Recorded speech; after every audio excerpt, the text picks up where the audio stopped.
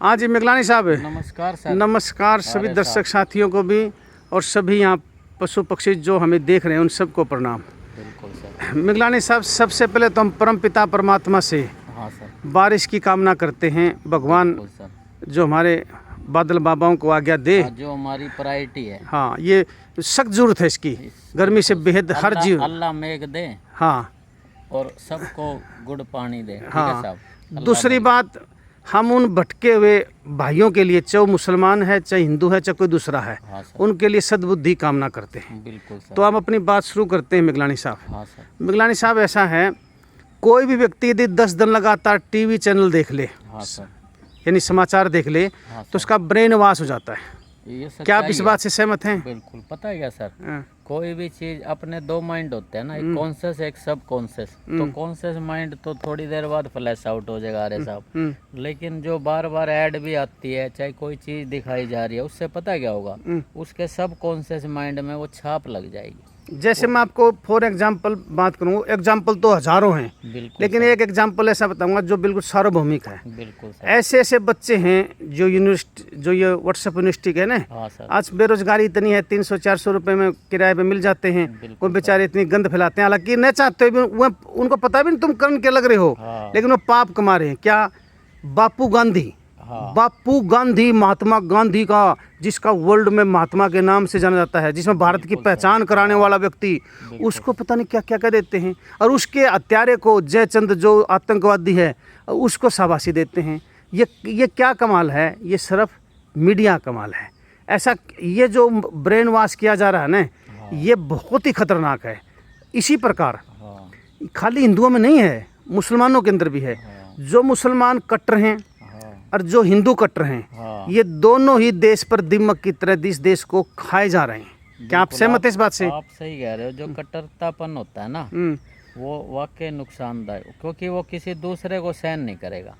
वो कहेगा मैं ही सही हूँ। जैसे सर, ना हिंदू बुरा है ना मुसलमान बुरा है जी, जो इनको आपस में लड़ाए ना, वो बुरा है। अगली बात है, हाँ सर, कट्टर मुसलमान है, हाँ सर, और जो कट्टर हिंदू हैं, यस सर, इनके पीछे कौन सी शक्ति काम कर रही है, वो भी हमें समझना होगा। जो हमें समझ में, वो सर वही तो लोग हैं जो सिस्टम को खराब करना चाहते हैं, वो अपनी रोटियां सेकना चाहते हैं। जैसे दुरत मुसलमान नेता कट्टर मुसलमानों के माध्यम से आम मुसलमानों का शोषण कर रहे हैं, उसी प्रकार दुरत हिंदू नेता कट्टर हिंदुओं के माध्यम से आम हिंदुओं का शोषण कर रहे हैं। वो भटके हुए लोग हैं सर। पता है क्या होता है सर, इस दुनिया में ना, मतलब एक होता है अपने आप को धोखा देना, एक होता है दुनिया को धोखा देना। कई लोग चतुर होते हैं, कामयाब हो जाते हैं, लेकिन सर ये कोई कामयाबी नहीं है। वो ठीक है, यहाँ कामयाब लग रहे हो, लेकिन परमात्मा के दरबार में तो उनकी अजरें लगेगी। हाँ, अजरें लगेगी। अगली बात और जी, ये फॉर एग्जाम्पल है, कट्टर जो मुसलमान और कट्टर हिंदू, ठीक है, बरगला करके हम नेताओं को चुन देते हैं। वह जो दुरत मुसलमान नेता हैं और जो दुरत हिंदू नेता हैं, फिर एक टेबल पर बैठ करके समझौते करते हैं और मजे लेते हैं। हम आम मुसलमान, आम हिंदू कब समझेंगे? जब नाश हो लेगा तब समझेंगे, बर्बाद हो लेंगे तब समझेंगे, या पहले समझ जाएंगे? चक्कर पता है क्या, जो हम इंडिया के जो लोग हैं ना सर, 150 करोड़ की जनता, यहाँ ना सर एक बात और देखिए कि यहाँ ना आदमी ना रोजी रोटी के चक्कर में इतना उलझा हुआ है कि उसी को पूरा चक्कर करने में ना इस चीज पर ज्यादा ध्यान नहीं देता। जबकि ना अगर वो चॉइस सही करे, राजा सही हो सकता है, राजा सही हो जाए तो सर ये बाकी चीजें तो ऑटोमेटिक सही हो जाएंगी। मैं आपको एक बताता हूँ जी बात मिगलानी साहब है, हाँ सर, मात्र मुट्ठी भर लोगों को छोड़ करके, मुट्ठी भर कट्टर मुसलमानों को, मुट्ठी भर कट्टर हिंदुओं को छोड़ करके, आपको मालूम है जो 150 करोड़ की जनता है उस पर कितने लोग राज करते हैं? सारे हाँ, कोई ज्यादा लोग नहीं है, थोड़े से हैं। हाँ, लेकिन उन्होंने ऐसा जाल बिछा रखा है, वो हमें इकट्ठा होने नहीं देते। उन्होंने हमारे पीस कर दिए, टुकड़े कर दिए शक्ति के। वह शक्ति इकट्ठी होने नहीं मिलती। अंग्रेज कब भागे थे? जब हमारी शक्ति संगठित हुई थी।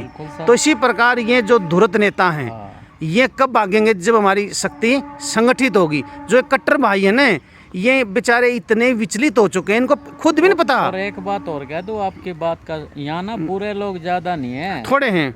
अच्छे लोग चुप हैं, हाँ, इसलिए बुरे ज्यादा लगते हैं। ये बात उन्हें है। खतरा लगता है कि यार मेरे साथ कुछ ऐसा ना हो जाए। लेकिन सर एक बात बताओ, डरने की क्या जरूरत है? तो एक ड्रामा है। ड्रामा हाँ, ड्रामे में ना कोई जल्दी समझ गया, कोई लेट समझेगा। फॉर एग्जाम्पल है, हाँ। जैसे जींद शहर में रहते हैं हम, यस। मैं जींद शहर की समस्याएं बहुत से साथी दिखाते हैं, हाँ। एक भी राष्ट्रवादी उस पर सहयोग नहीं करता।